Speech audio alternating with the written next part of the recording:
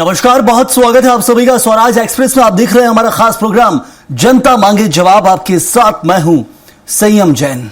छत्तीसगढ़ की राजनीति में सूरजपुर आंदोलन अब सिर्फ एक एफआईआर का मामला नहीं रह गया है, बल्कि सत्ता बनाम विपक्ष की सीधी टक्कर में बदल चुका है।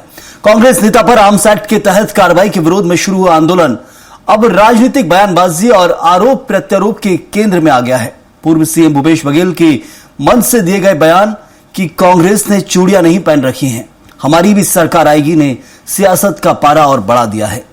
बीजेपी इसे पुलिस अधिकारियों को धमकाने वाली भाषा बता रही है, तो कांग्रेस कह रही है कि लोकतांत्रिक संघर्ष और राजनीतिक प्रतिरोध की आवाज है।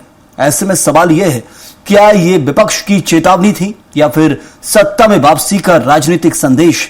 और क्या आंदोलन की आड़ में पुलिस और प्रशासन पर दबाव बनाने की कोशिश हुई? आज इसी मुद्दे पर करेंगे चर्चा। रिपोर्ट देखिए आप।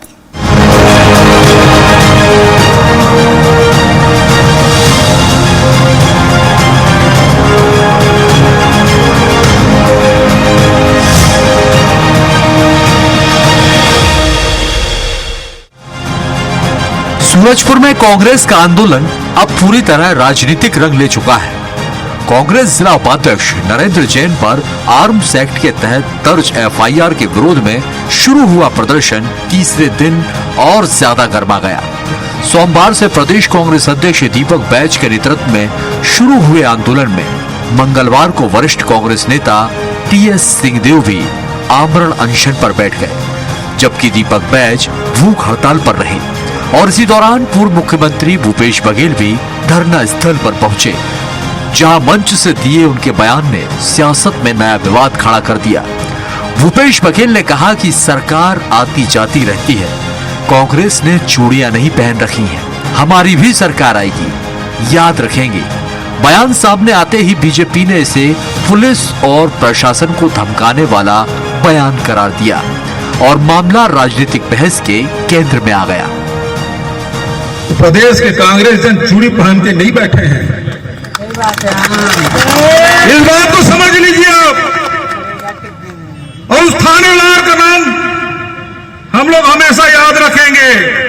सरकार आती रहती जाती रहती है, किसी दिन हमारी भी सरकार आएगी। फिर थानेदार समझ ले और एसपी और आईजी भी समझ ले। जब आपकी जानकारी में आ गई तो सुधार लीजिए, और नहीं सुधारेंगे तो याद रखा जाएगा।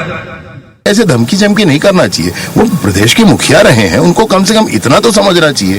प्रशासनिक विषय है, अगर उसमें कुछ है हमारे ऊपर हुआ तो आखिर प्रशासन ने उस समय जांच हुई और कोर्ट ने निर्णय किया और कुछ प्रकरण ऐसे हुए जो सबके राजी मना से फाइनल हुए। तो मेरा ये कहना इसमें किस तरीके से वो कहना चाहते हैं? क्या उनके कहने पर पुलिस करे? क्या उनके कहने पर धाराएं लगे? क्या उनके कहने पर धाराएं उठा ली जाए?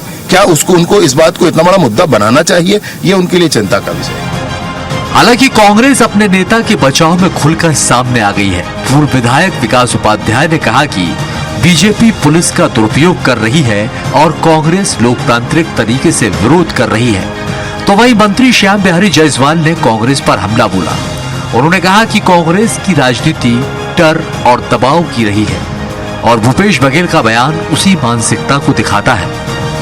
भूपेश बघेल जी ने कोई गलत बात नहीं कही। भूपेश बघेल जी ने कहा सरकार है, सरकार के समय में, सरकार के संरक्षण में इस प्रकार की गलत चीजों को मत करो। सरकार तो आना है और जाना है, कल उनकी थी, आज हमारी है, फिर कल हमारी आएगी। इस प्रकार की बात को कहा। मैं समझता हूँ अधिकारियों को और प्रशासन को इस बात का जरूर ध्यान रखना चाहिए कि सत्ता किसी के अकेले की नहीं है। वातावरण पूरे प्रदेश में, चाहे वो माफियाओं के द्वारा हो, चाहे गुंडों के द्वारा हो, चाहे अन्य रूप में हो, इनके द्वारा ऐसे धमकाने का, डराने का, डरा धमका कर काम कराने का, ये इनके यहाँ परंपरा में है और इसी बात को भूपेश बघेल जी दोहरा रहे हैं। फिलहाल सूरजपुर का यह आंदोलन अब सिर्फ एक एफआईआर या पुलिस की कार्रवाई तक सीमित नहीं रह गया, बल्कि यह राजनीतिक भाषा, सत्ता के तेवर और विपक्ष के प्रतिरोध की बड़ी बहस बन चुका है। कांग्रेस इसे लोकतांत्रिक आंदोलन और राजनीतिक संघर्ष बता रही है, तो बीजेपी का आरोप है कि विपक्ष पुलिस और प्रशासन पर दबाव बनाने की कोशिश कर रहा है। हालांकि प्रशासन के आश्वासन के बाद आंदोलन खत्म हो गया, लेकिन भूपेश बघेल के बयान ने छत्तीसगढ़ की सियासत में नई बहस जरूर छेड़ दी है। क्या आने वाले दिनों में विवाद प्रदेश की राजनीति को और गरमाएगा? स्वराज एक्सप्रेस के लिए रायपुर से दिलीप साहू की रिपोर्ट। तो चलिए इसी मुद्दे पर चर्चा भी करेंगे। हमारे साथ खास मेहमान मौजूद हैं चर्चा के लिए। डॉक्टर किरण बघेल बीजेपी प्रवक्ता हैं, डॉक्टर शिल्पा देवांगन कांग्रेस की प्रवक्ता। आप दोनों का बहुत बहुत स्वागत। और प्रफुल्ल पारेख वरिष्ठ पत्रकार हैं, आपका भी बहुत स्वागत इस चर्चा में जुड़ने के लिए। तो शुरुआत यहां पर जो की जाएगी किरण जी, ये जो आंदोलन किया जा रहा था कांग्रेस की तरफ से, एक नेता पर एफआईआर और आर्म्स एक्ट के तहत मुकदमा दर्ज किया गया, उसके बाद देखिए लग नहीं रहा था कि मुख्यमंत्री पूर्व आ जाएंगे, पूर्व उप मुख्यमंत्री आ जाएंगे, प्रदेश अध्यक्ष आ जाएंगे। इतना संघर्ष करने पर कांग्रेस को क्यों मजबूर कर दिया बीजेपी ने?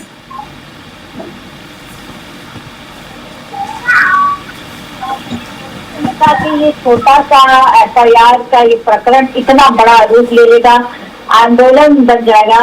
आपने बिल्कुल ठीक कहा, क्योंकि मुझे लगता है कि अभी अगर छत्तीसगढ़ कांग्रेस की बात करें तो यहाँ के सभी इको हो रहे हैं। साइम जी, हाँ जी, मैं ठीक करवाता हूँ उसको। आप बोले, आवाज आ रही है आपकी यहाँ तक बराबर।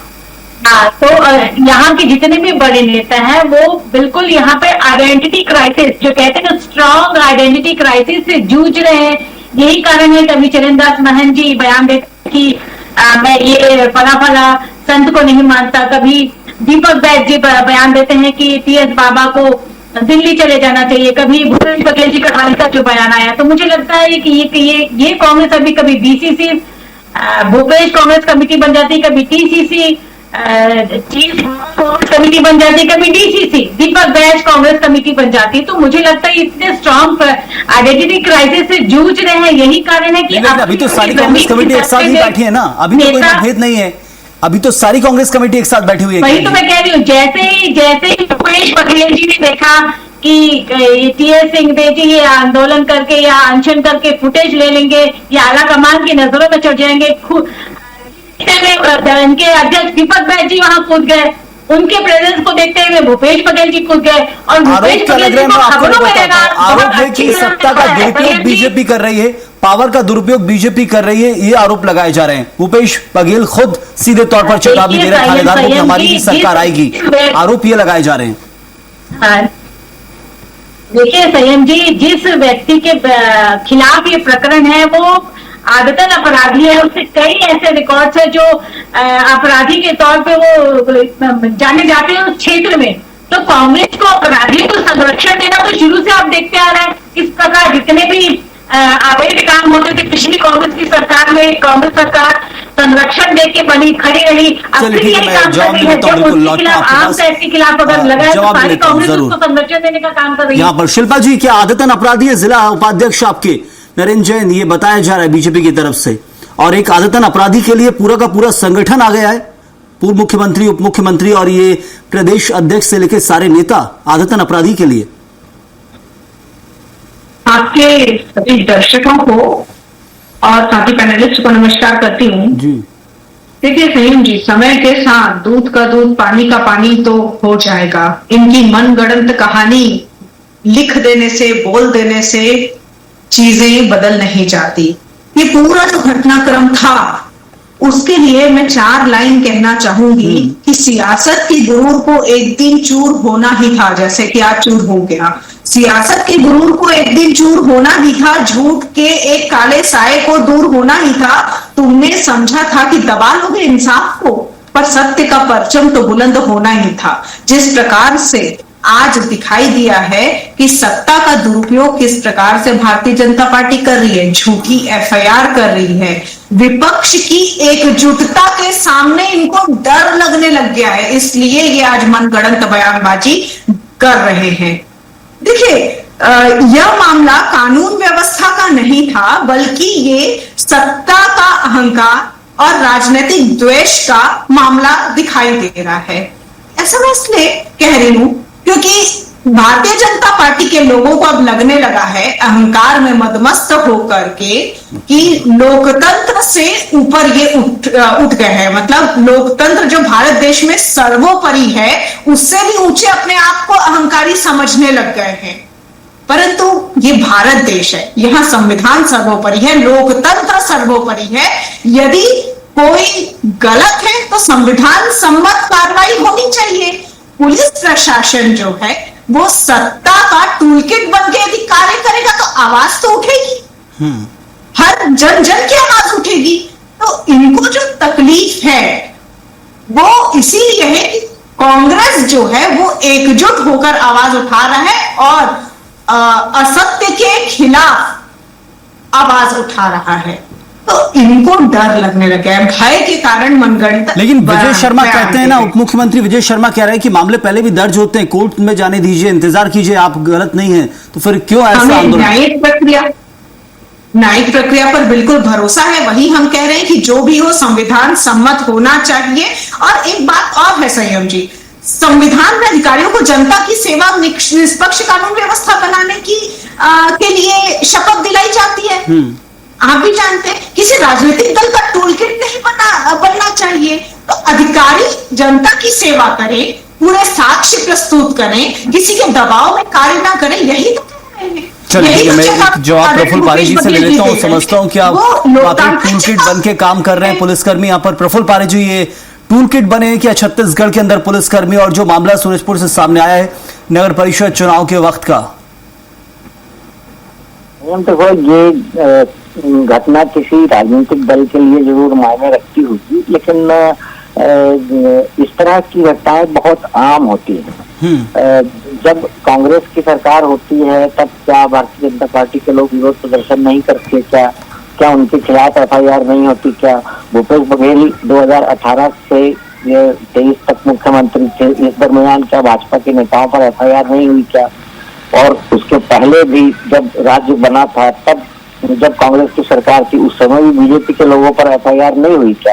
पूरे देश में ये होता है, जो पुलिस अपना काम करती है और ये एफआईआर ये एक तरह की राजनीतिक आंदोलनों में धरना प्रदर्शन होता है तो पुलिस उसमें एक्शन लेती है लॉ एंड ऑर्डर को कंट्रोल करने के लिए, वो उसका काम है। इसलिए अब इस पर राजनीति करने से कम रोका जाना तो मैं नहीं समझता कि किसी को रोकना चाहिए। ठीक है, वो कांग्रेस का काम है, उनको अगर उनको लगता है कि उनके नेता के ऊपर गलत एफआईआर हुई है तो धरना प्रदर्शन कर रहे हैं, अपनी बात रख रहे हैं, पुलिस अपना काम कर रही है। और ऐसा अक्सर होता है, मतलब ये कोई नई घटना नहीं है, ऐसा अक्सर होता है। लेकिन प्रफुल्ल जी, इस मामले में जहां पूर्व मुख्यमंत्री और पूर्व मुख्यमंत्री प्रदेश अध्यक्ष उतरे, इसलिए इस मामले को बड़ा बना दिया गया है। इसके पीछे क्या कारण हम समझे कि एक साथ पूरे संगठन, पुराने बड़े नेता एक साथ आ जाते हैं सब? ये संगठन की उनकी अपनी रणनीति है कि अगर किसी उनके नेता को गिरफ्तार किया गया है तो कोई भी राजनीतिक दल जो विपक्ष की भूमिका निभा रहा है वो अपना शक्ति प्रदर्शन तो बिल्कुल करेगा और करना भी चाहिए, इसमें भी कहीं कोई आपत्ति नहीं है। लेकिन दूसरा पक्ष ये कह रहा है ना कि पुलिस ने अगर एफआईआर की है तो पुलिस उस पर चार्जशीट लगाएगी, चालान पुटअप करेगी, मामला कोर्ट में जाएगा। तो लेकिन एक विपक्ष होने के नाते कांग्रेस को अगर ये लगता है कि इस पर पूरी ताकत के साथ विरोध प्रदर्शन करना चाहिए, सरकार पर दबाव डालना चाहिए, जनता को ये मैसेज देना चाहिए कि विपक्ष सक्रिय है, बस उससे ज्यादा मैं इन घटनाओं को ज्यादा कुछ नहीं मानता। ये एक बिल्कुल प्रक्रिया के तहत है और ऐसा होता है और ये सभी पार्टियां करती है। तो ऐसा नहीं है कि कोई एक विशेष पार्टी ही ऐसा कर रही है। और ये आरोप भाजपा भी लगाएगी जब दूसरी पार्टी सत्ता में होगी, कांग्रेस लगाएगी जब दूसरी पार्टी सत्ता में होगी कि आप सत्ता का दुरुपयोग कर रहे हैं। वो तो विजय शर्मा कह रहे हैं, उप मुख्यमंत्री जरूर कह रहे हैं इस मामले को लेकर भी। और किरण जी, इस मामले में देखिए, उप मुख्यमंत्री खुद बता रहे हैं कि मामले पहले भी रजिस्टर्ड होते रहे हैं, कोर्ट तक जाने का इंतजार करना चाहिए। लेकिन कांग्रेस का ये शक्ति प्रदर्शन, क्या बीजेपी या फिर प्रशासनिक तौर पर इसमें कहीं एक खौफ आएगा क्या इससे? क्योंकि ये राजनीतिक विद्वेष के कारण कई बार बताया जाता है मामले रजिस्टर्ड कर लिए जाते हैं इन तरह के मामलों को, लेकिन इसमें क्या बीजेपी के शासन में चल रहा है क्या? क्योंकि बताया जा रहा है आपके यहां से कि कांग्रेस के शासन में तो होता था, हम लोग कोर्ट तक जाने तक का इंतजार करते थे।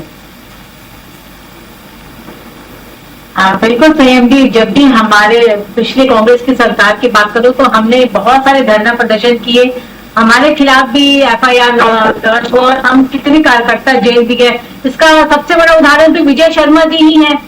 लगभग 6 महीने वो जेल में रहे, उन्होंने कभी भी न्यायिक प्रक्रिया पे कोई प्रश्न नहीं उठाया, ना ही हमारे पार्टी के नेताओं ने धरना प्रदर्शन किया, क्योंकि हमारे पार्टी के नेताओं को न्यायालय पे भरोसा था।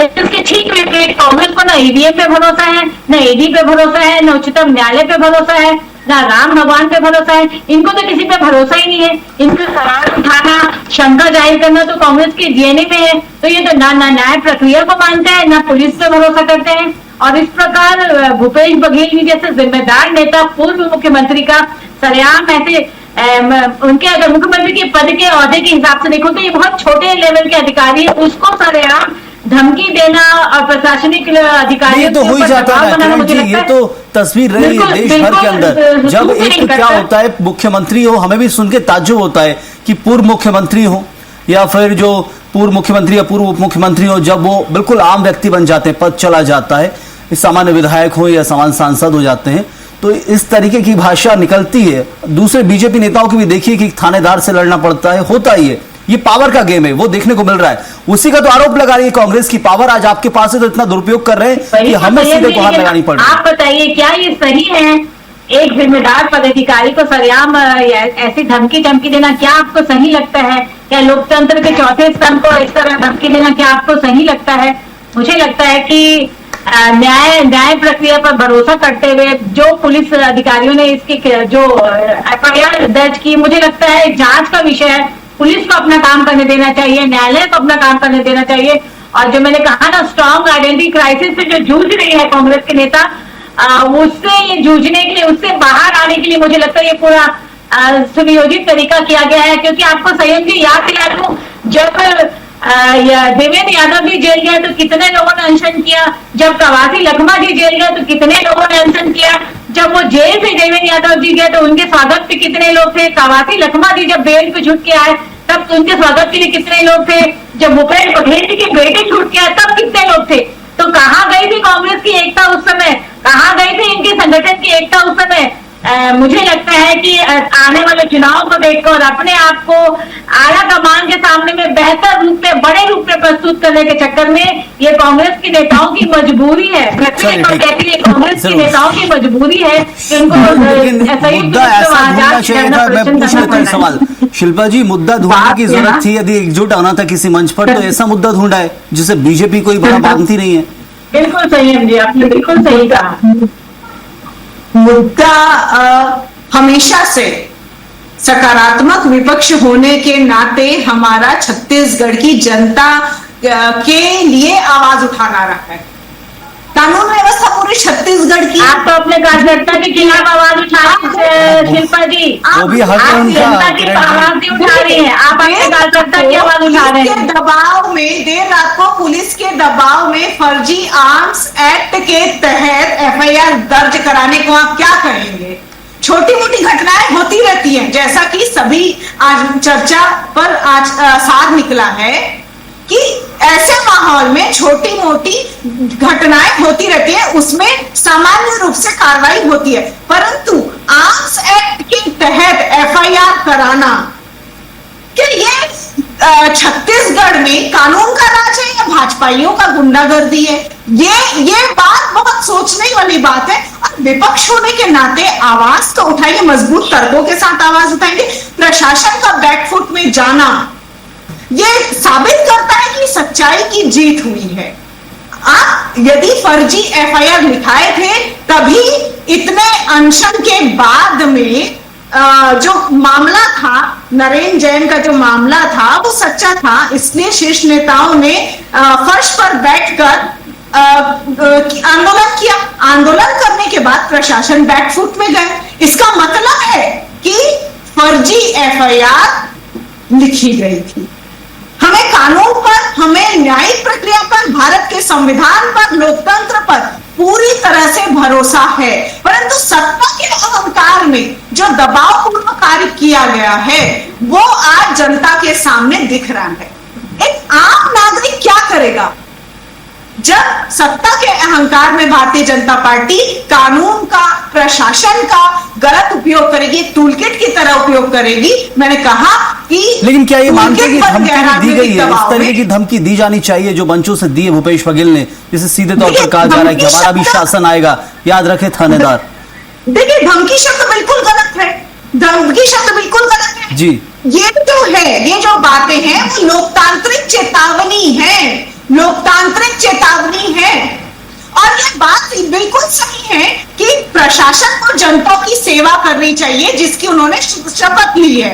राजनीतिक दबाव में कार्य नहीं करना चाहिए, क्योंकि लोकतंत्र में कुछ भी हो सकता है। आज माहौल कुछ और है, आज पावर सत्ता किसी और के पास है, कल को किसी, ये लोकतांत्रिक बातें हैं और बात भी सही है बिल्कुल। चुनाव आते जाते रहते हैं, चुनाव में हार जीत होती रहती है, और कई बार चर्चा करते हैं इस शब्दों के बारे में, इस वाक्य के बारे में कि आने वाले समय में भी चुनाव होंगे, हार जीत। चेतावनी बताया जा रहा आपकी तरफ से, जो धमकी एक तरह से बीजेपी जिसे कह रही है। प्रफुल्ल जी, हम देखते हैं, आपने भी खुद कहा कि मामले होते हैं, हर बार सामने आते हैं, इंतजार करना चाहिए न्यायिक प्रक्रिया का, लेकिन इस बात को क्या नकारेंगे कि हाँ वाकई सत्ता का दुरुपयोग कहा जाए, कि हाँ जबरन मामले डाले जाना, यदि आपकी सत्ता प्रदेश में है तो फिर छोटे छोटे निकाय चुनाव में इन सब जगह कई मामले रजिस्टर्ड होते हैं, ये बात स्वीकार करते हैं कि हाँ दुरुपयोग भी होता है सत्ता का? हाँ, इस बात से तो इनकार नहीं किया जा सकता, लेकिन ये इस बात को हम पुख्ता तौर पर तब कहेंगे ना जब वो बात साबित होगी। तो साबित कौन करेगा?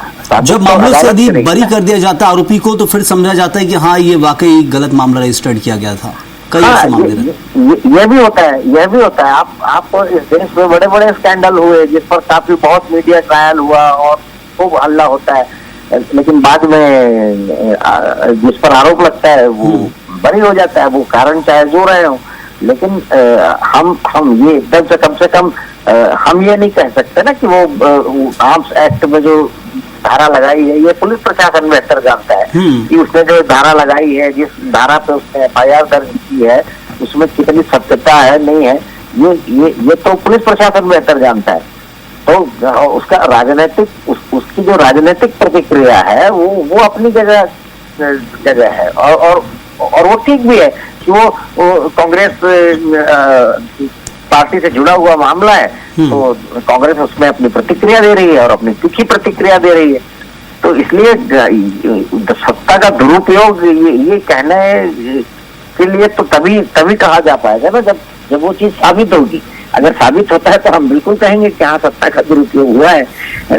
तो ये सब चीजें देखिए, ये सब चेतावनी आप ही देखते होंगे कि राजनीति में ये सब चीजें आजकल जो परिदृश्य चल रहा है वो बहुत आम हो गया है कि राजनेता पुलिस के अधिकारियों को या कलेक्टर को या IAS को अधिकारियों को इस तरह की चेतावनी देते हैं, समझाते हैं कि भैया देखो सरकार हमारी भी आ सकती है, तो और सरकारें आती भी हैं, और लेकिन ब्यूरोक्रेसी तो वही रहती है, एडमिनिस्ट्रेशन तो वही रहता है।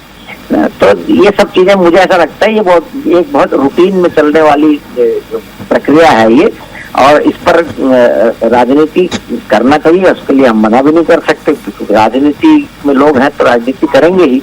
तो इसलिए कोई बहुत बड़ा मतलब इसको मैं एक रूटीन मानता हूं मैं अपने हिसाब से इसको। बिल्कुल, ये तो चलता रहता सिस्टम में है, लेकिन इनसे सुधार की बहुत जरूरत है। यदि वाकई दबाव में है या फिर सत्य है तो उसके लिए इतना बड़ा विरोध प्रदर्शन की क्या जरूरत थी, और वाकई यदि दबाव में किया गया है तो फिर इसके खामियाजे भुगतने पड़ते हैं। सत्ता परिवर्तन होता है तो देखने मिलता ही है वाकई कि इसका बदला उससे लिया जाता है, उसका बदला इससे लिया जाता है, और शायद कहीं यही वो ना चल रहा हो। हमें तो यही लग रहा है कि कांग्रेस ने किया बीजेपी के साथ, अब बीजेपी कर रही है कांग्रेस के साथ। ये सब आंकड़े रहे होंगे पिछले समय के, लेकिन अभी तो अनुमान ही है। वक्त इतना ही था, शुक्रिया अदा करूंगा किरण जी आपका, और साथ में बहुत शुक्रिया प्रफुल्ल जी आपका भी, शिल्पा जी आपका भी बहुत बहुत धन्यवाद हमारे साथ इस चर्चा में जुड़ने के लिए। तो सूरजपुर का आंदोलन खत्म जरूर हो गया, लेकिन अपने पीछे कई बड़े सवाल छोड़ गया है। क्या विपक्ष का आक्रामक तेवर लोकतांत्रिक अधिकार है, या फिर पुलिस और प्रशासन का दबाव बनाने की कोशिश? बीजेपी इसे कानून व्यवस्था को चुनौती देने वाली राजनीति बता रही है, जबकि कांग्रेस अपने आंदोलन को जनता की आवाज और लोकतांत्रिक संघर्ष कह रही है। देखना होगा कि विवाद सिर्फ बयानबाजी तक सीमित रहता है या आने वाले दिनों में छत्तीसगढ़ की राजनीति में और बड़ा मुद्दा बनता है। फिलहाल इतना ही, आप बने रहिए स्वराज एक्सप्रेस के साथ।